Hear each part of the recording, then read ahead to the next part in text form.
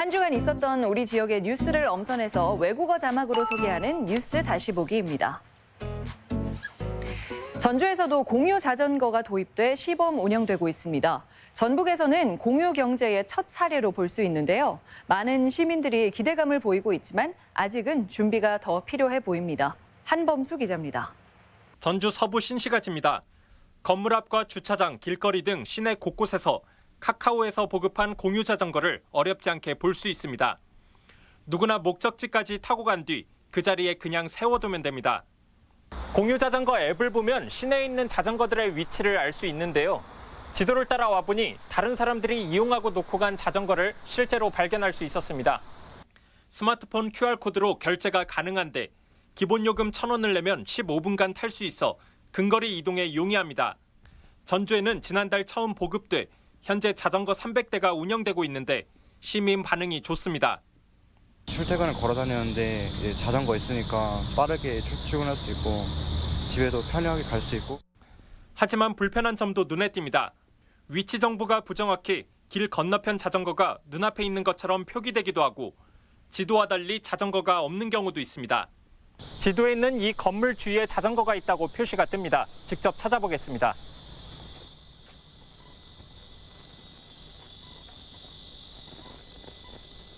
건물을 한 바퀴 돌았지만 자전거를 발견할 수 없었습니다.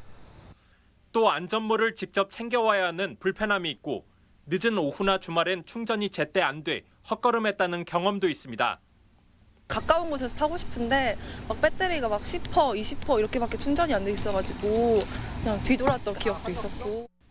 여기에 일부 시민들은 공유 자전거를 마치 자기 것인 양 집안에 들여놓는 사례도 종종 있습니다. 아파트 단지 안에 있어가지고 다른 사람들이랑 같이 공유하는 그런 시스템인데 약간 너무 이기주의가 심하지 않았나. 도내에서도 공유 경제가 첫 발을 내딛었지만 함께 나눠 자원 활용을 극대화하자는 공유 경제 취지를 살리기 위해선 더 많은 고민이 필요해 보입니다. MBC 뉴스 한범수입니다. 새만금을 중심으로 한중 교류 협력의 장이 열립니다.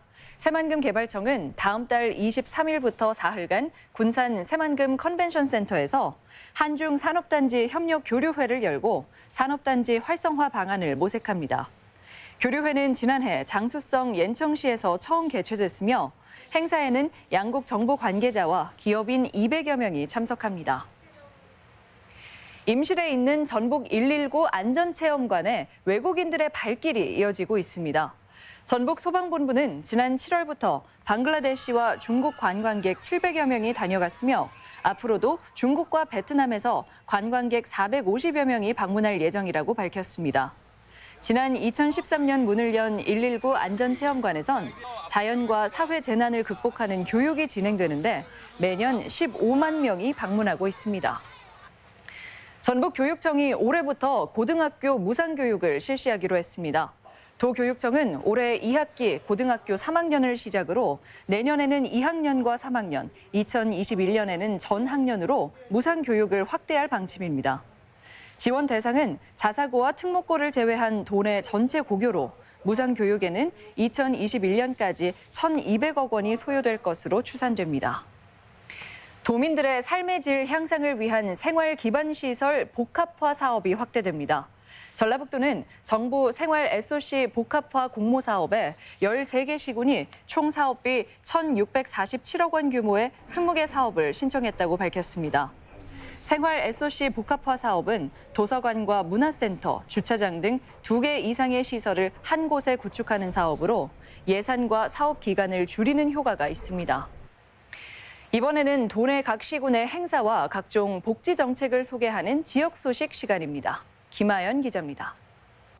세계 청소년들이 우정을 나누고 2023년 세계 잼버리 대회를 미리 경험해보는 청소년 캠퍼리가 부안에서 열렸습니다.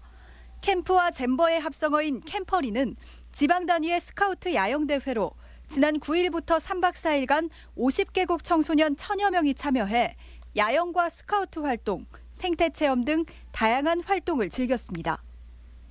이번 캠퍼리에서 야영과 과정 활동을 통해 세계 각국의 청소년들이 소중한 우정을 나누고 긍정적인 마음과 진취적인 도전 정신을 키우는 계기가 될 것입니다. 임실군이 국제 양궁장에서 전지 훈련을 마친 베트남 양궁 국가대표 선수단을 위한 임실 투어를 마련해 호응을 얻었습니다.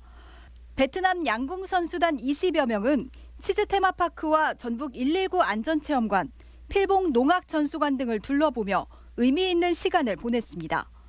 특히 임실 다문화가족 지원센터에서 베트남 통역 인력을 지원해 선수들의 이해를 돕는 데 큰 도움이 됐습니다. 순창 지역 청소년들이 제작한 영화가 오늘 작은 영화관에서 상영됩니다. 이번 상영회는 중고생 11명이 방학 기간 동안 영화감독 여균동과 함께하는 영화 캠프에 참여해 시나리오부터 콘티를 구성하고 촬영과 연기에 직접 나선 작품입니다. 다음 달 27일부터 사흘간 고산 자연휴양림 일원에서 개최되는 와일드푸드 축제를 앞두고 완주군이 축제 추진 상황을 점검했습니다. 올해 축제는 오감만족, 완주에서 펀펀하게를 주제로 약 125종의 먹거리가 준비되고 물고기 잡기, 수상한 놀이터 등 15개 이색 체험이 관광객을 맞이합니다.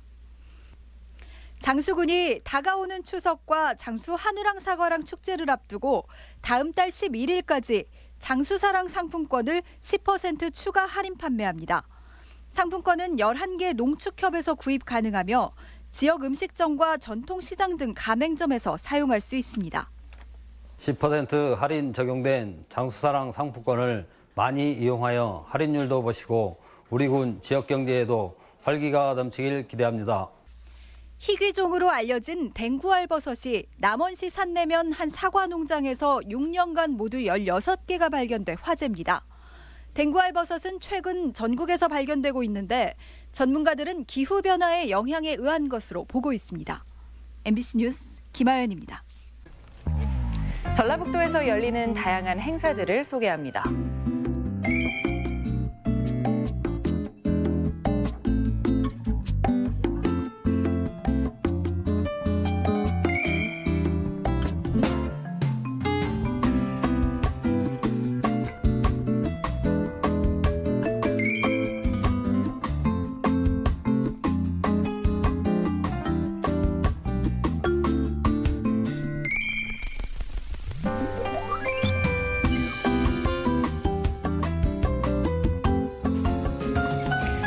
전주시에서는 쓰레기 종량제 봉투에 외국어 표기를 시행하기로 했습니다.